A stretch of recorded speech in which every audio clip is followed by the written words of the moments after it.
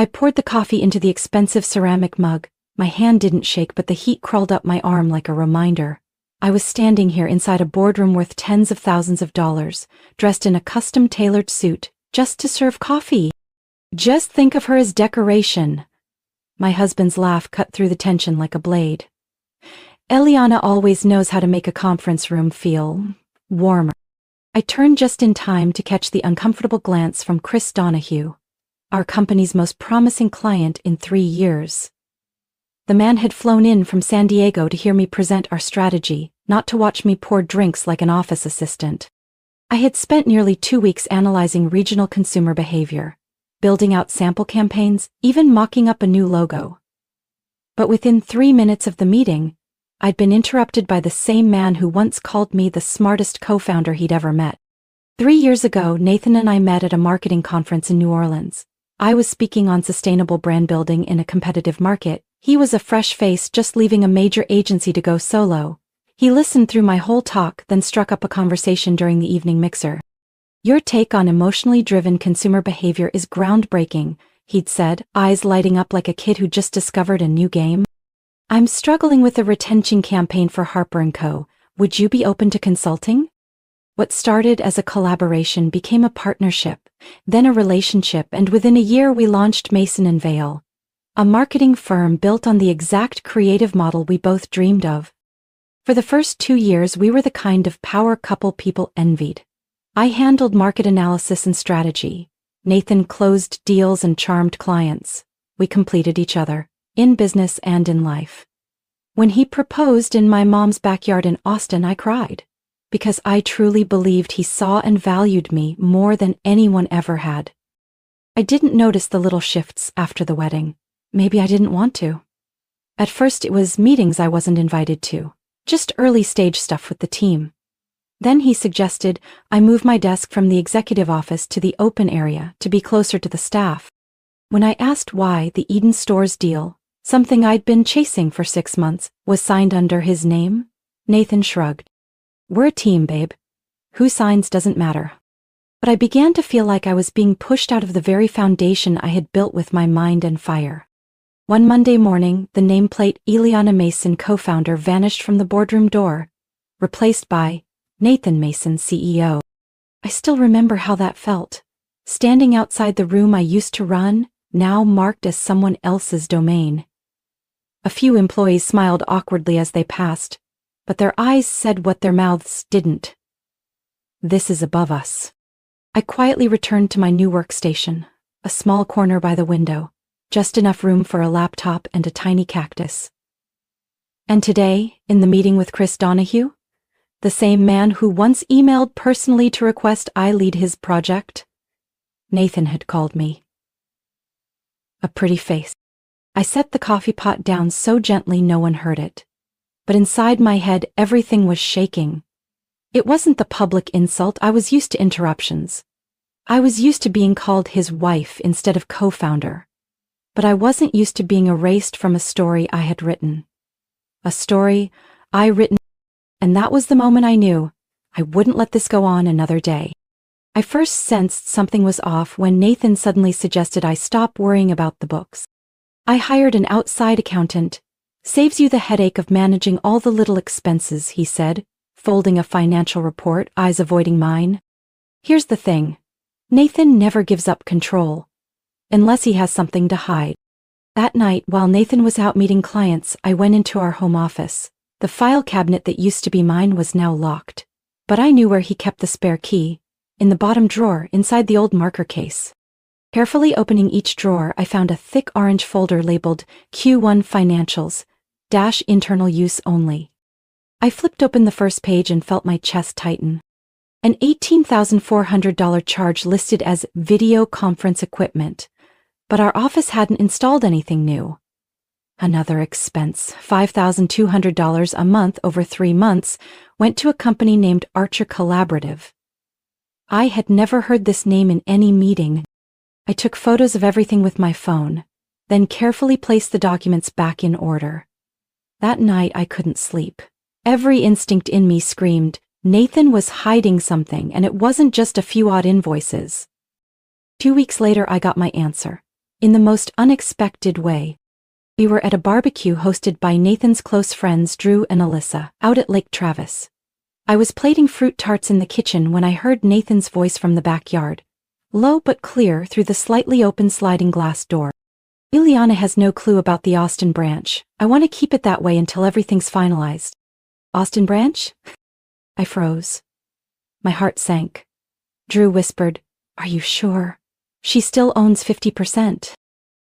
On paper, Nathan chuckled, lowering his voice. But now she's just writing content. She signs whatever I give her. She doesn't read the fine print anymore. I stood there in someone else's kitchen, my fists clenched so tightly they turned white. That night, while Nathan slept, I logged into the company email.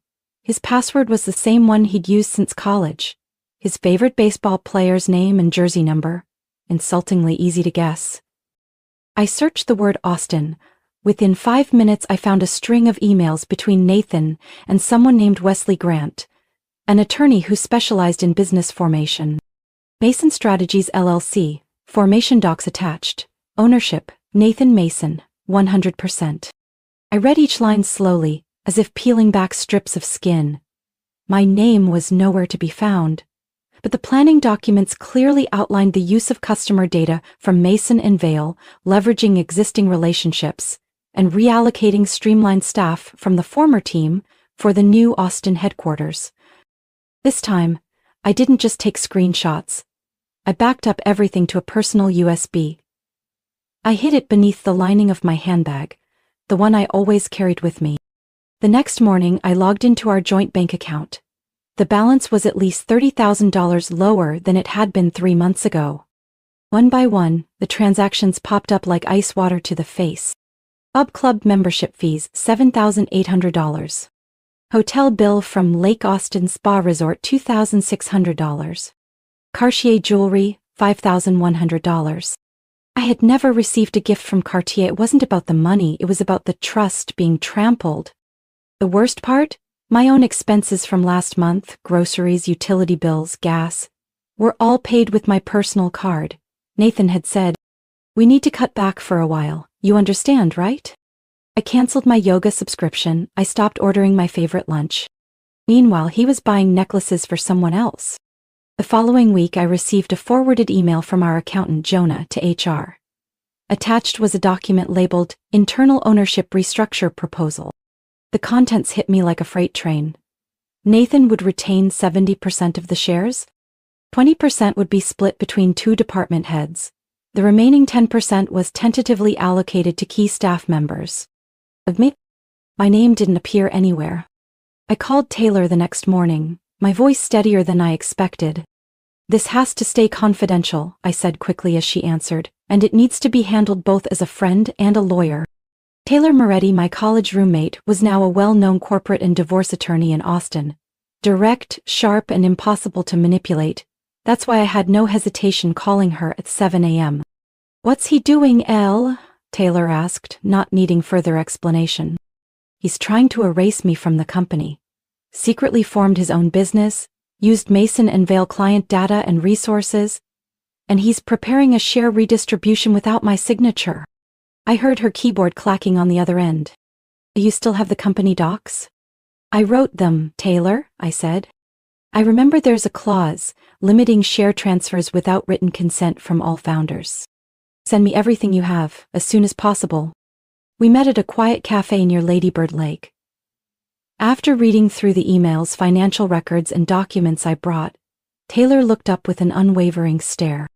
"This isn't just misappropriation of shared assets," she said. "It's abuse of co-ownership authority, with clear signs of diverting value to a competing entity. If we present this to the board or in court, we can freeze his entire plan." From that day on, my schedule changed entirely. Lunch breaks were no longer about salads in the office kitchen.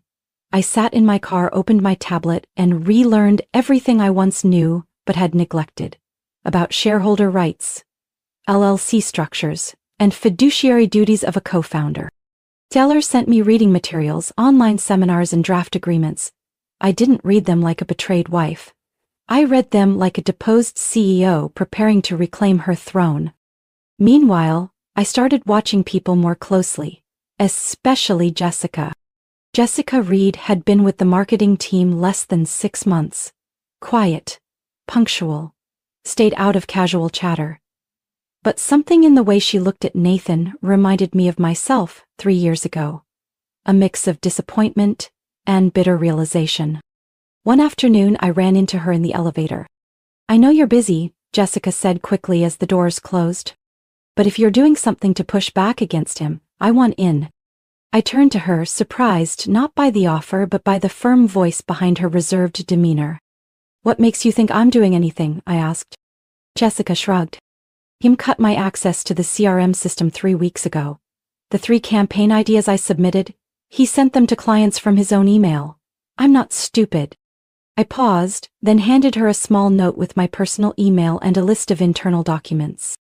"If you can help me gather these, original contracts, executive meeting minutes, any amendments to company bylaws, this is where to send them."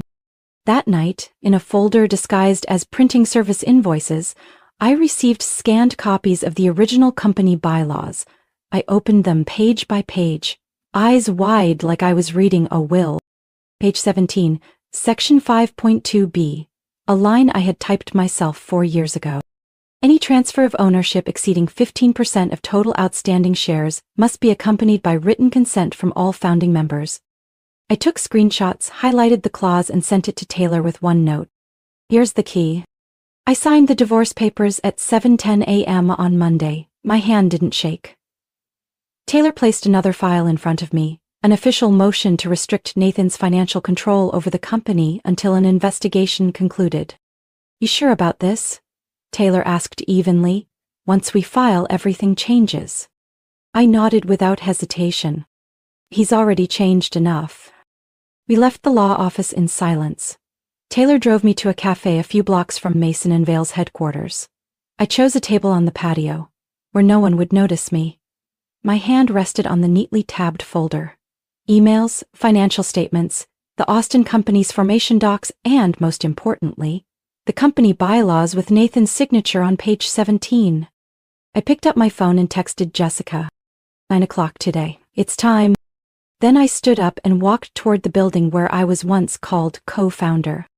As I passed the front lobby, the receptionist looked briefly confused. I wasn't taking the service elevator like usual. "I have a board-level meeting," I said calmly, offering a faint smile. "I'll take the main elevator." The conference room on the 21st floor was already open. David Harris, Nathan's biggest prospective client, was speaking with board members Lucille Torres and Mark Brenner. All 3 turned as I walked in. "Ileana," David raised an eyebrow. "I didn't know you'd be attending today's meeting." I walked to the table and set the folder down. "I thought I should be here, as co-founder, shareholder, and ex-wife of Nathan Mason." The door opened. Nathan walked in wearing a dark gray suit, confidence radiating as always, until he saw me sitting in the chair to the left of the board leader's seat. His face shifted slightly. "Ileana, what are you doing here?" I looked up slowly. "Good question, Nathan, but I think everyone here needs to hear this first." I turned to the board members. "I have evidence that Nathan Mason, the current CEO, has violated company bylaws, misused corporate assets, and secretly established a competing company without the consent of the co-founder." All eyes turned toward me. I opened the folder and presented each piece. Emails with attorney Wesley Grant about forming Mason Strategies LLC. Bank transfers from company accounts to unauthorized expenditures. A share redistribution plan exceeding 15% with no signature from me. Lucille frowned, flipping through the pages quickly. "Wait, clause 5.2b. I've marked it," I replied. Page 17. It clearly states, "Any transfer of shares over 15% requires written consent from all founding members." I never signed anything. David Harris leaned back in his chair. "Nathan, you never mentioned any of this in our negotiation meetings. I asked specifically whether all shareholders were in agreement." Nathan cut in, voice tense. "Liana is exaggerating everything. She's upset over personal matters, and now she's dragging business into it." Upset," I repeated lightly, placing my hand on the glass of water. "Sure, because our joint account was drained on hotel stays and jewelry I never saw, because my name was scrubbed from internal documents, and because you called me a pretty face in a boardroom where I wrote the strategic plan. I turned back to David, raising my glass slightly. Ex-wife, actually. Divorce finalized this morning. I keep the condo, the savings, and 50% of the company. Nathan's mouth fell open, a flush crept up his cheeks. You can't do this to me. David Harris interrupted. I think the real question is, how could you do this to her, Nathan? The room went silent. No one spoke up for him. Nathan took a step back, as if something he thought he owned had just slipped through his hands. The numbers, the clauses, the documents, everything said what I no longer had to. The meeting ended in a silence so heavy it felt like weight pressing on everyone's shoulders. Nathan left the boardroom first, pale and wordless, not looking at anyone. I didn't watch him go. I had more important things to do. Just an hour later, the official notice was emailed to all staff by the board of directors. Nathan Mason was suspended from all executive duties pending an internal investigation. Temporarily, i.e., Eliana Mason was appointed interim CEO. Nathan's building access card was deactivated that same afternoon. When he returned to the office, to collect a few personal items, it had already blocked all his system permissions. A security guard waited in the ground floor lobby, polite but firm. I'll sue, Nathan growled at the head of HR when denied access to the elevator. You're welcome to, she replied, gesturing, but as of now, you're no longer on payroll here. That day, I didn't leave the office until nightfall. When I stepped out of the elevator, the lobby was nearly empty, just a few soft yellow lights still on. And then, I saw something that made me pause. The nameplate Nathan Mason, CEO, was tilted sideways on the reception desk. Someone had taken it down but hadn't yet removed it. I bent down, picked it up and placed it in the drawer behind the front desk. Seeing it every day wasn't necessary. I knew exactly who was in charge now. 3 days later, the court issued a preliminary ruling upholding the co-founder's share protection clause. The secret share redistribution Nathan had attempted was entirely voided. Full control of the company was restored to me based on the original 50% ownership. No one mentioned the Austin branch again. No one brought up Mason Strategies LLC either. That company was shut down within 2 weeks of my formal complaint about unauthorized use of client data. Wesley Grant, Nathan's attorney, was also under investigation for improper business formation practices. And the Riverbend condo? I kept it. Nathan had bought it using our joint account, claiming it was an investment property, but in his financial filings he listed it as personal assets. My lawyer objected and the court ruled, joint assets must be split by mutual agreement. Nathan had no case. He moved in with his brother on the south side of Austin, in a small apartment barely 1/3 the size of the old one. I heard it from one of his former employees, someone who quit after discovering the whole truth. That first week back in the office as the new CEO, everything felt like it moved in slow motion. Some people avoided eye contact. They didn't glance away this time. Their looks lingered, with quiet acknowledgement. But one thing was crystal clear. I wasn't the shadow of someone else's success anymore. I held an executive meeting, listened to every department head, many of whom had once refused to speak without Nathan's approval. I ordered a full audit of all client accounts and a review of every internal expense. Every transaction from Nathan's tenure would be reevaluated. On the 10th day, I walked to the back parking lot, where there used to be a space marked with Nathan's license plate, painted with bold white letters, reserved, CEO. Now it was empty. I called the building manager. Can you have it repainted? I asked, pointing to the pavement. The new label should read, Reserved, Eliana Mason. Absolutely. I turned and walked toward my car, not flashy, not luxurious, but entirely mine. No one stood beside me saying, this is ours. No one tried to take credit. No one tried to erase me from the very journey I started. I no longer needed anyone to validate my presence. On my first official day as interim CEO, I didn't bring a business plan or a grand statement, just a blank notebook and a pen. I started by inviting each department head into the conference room, not to present quarterly targets, but to let them speak. No interruptions, no judgment, no labeling ideas as short-sighted or impractical like Nathan used to. After the meeting with the creative team, I stepped into the hallway and saw Jessica organizing a filing cabinet. She glanced at me, a bit hesitant. "Jessica," I said, "I'd like to officially appoint you as creative director." She blinked. "I thought it was just a temporary assignment." "Temporary is a word people use to downplay real value," I replied. "And I'm not repeating that mistake." Some in the company were surprised. A few whispered, "A young woman, less than a year in, given a major leadership role?" But I didn't choose based on tenure. I chose the person who stood beside me when everything collapsed, and Jessica was the first. Within a month, we overhauled the entire project approval process, streamlined, transparent, and no more senior men-only meetings. I also asked HR to schedule individual meet and greets with every employee, including interns. "I know many of you have worked in environments that lack transparency," I said during one team gathering. "I can't promise to fix everything overnight, but I can promise to listen and to act based on data, not ego." A week later, when David Harris returned to discuss a new contract, he shook my hand with both of his, eyes warmer than during our first meeting. "You've helped me believe in the idea of partnership again," he said, placing the contract on the table.